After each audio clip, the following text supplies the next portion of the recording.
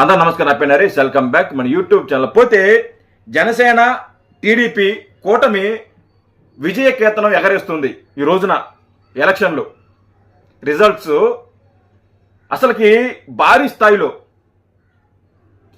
YCP వల్ల expect చేయనంత భారీ స్థాయిలో ఈరోజు రిజల్ట్ వస్తుంది.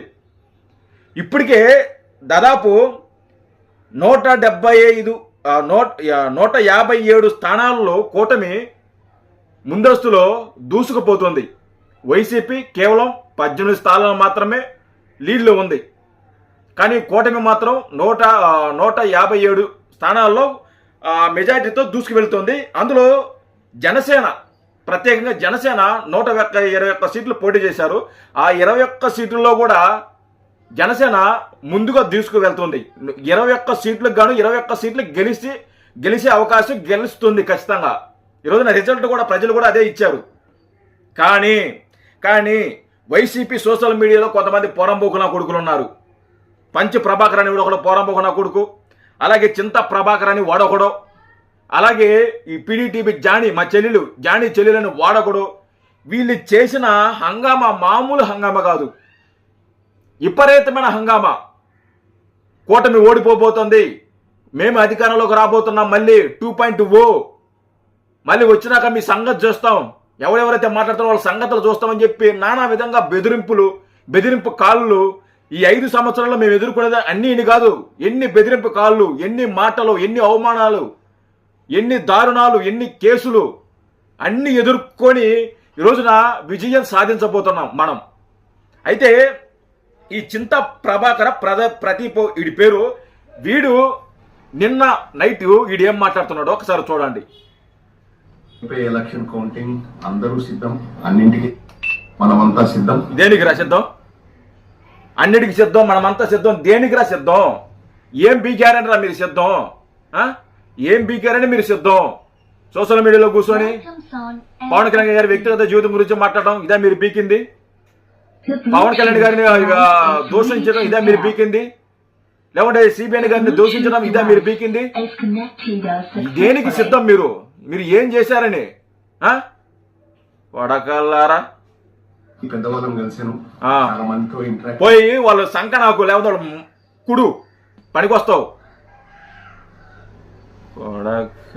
మాట్లాడాను.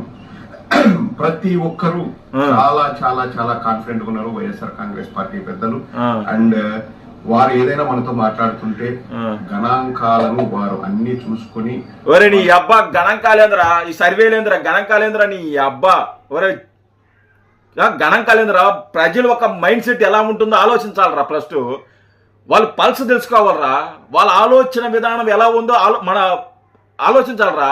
మన పట్ల, మన పరిపాలించిన ఇన్ని సంవత్సరాల పరిపాలన పట్ల ప్రజలు ఏ రకంగా వాళ్ళు స్వీకరించారు, మన పరిపాలన ఏ విధంగా వాళ్ళు తీసుకున్నారు, ఏ విధంగా మన పరిపాలన వాళ్ళు ఆలోచిస్తున్నారు, అది కదరా గమనించాలి.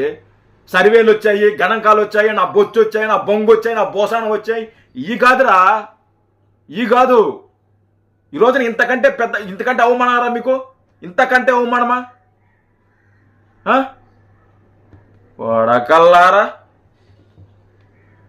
వాళ్ళు చేసిన సర్వే లెక్కలు లేకపోతే స్టాటిస్టిక్స్ ని అన్ని నీ అబ్బా కొంచెం ఆ సర్వేలు ఆపండి.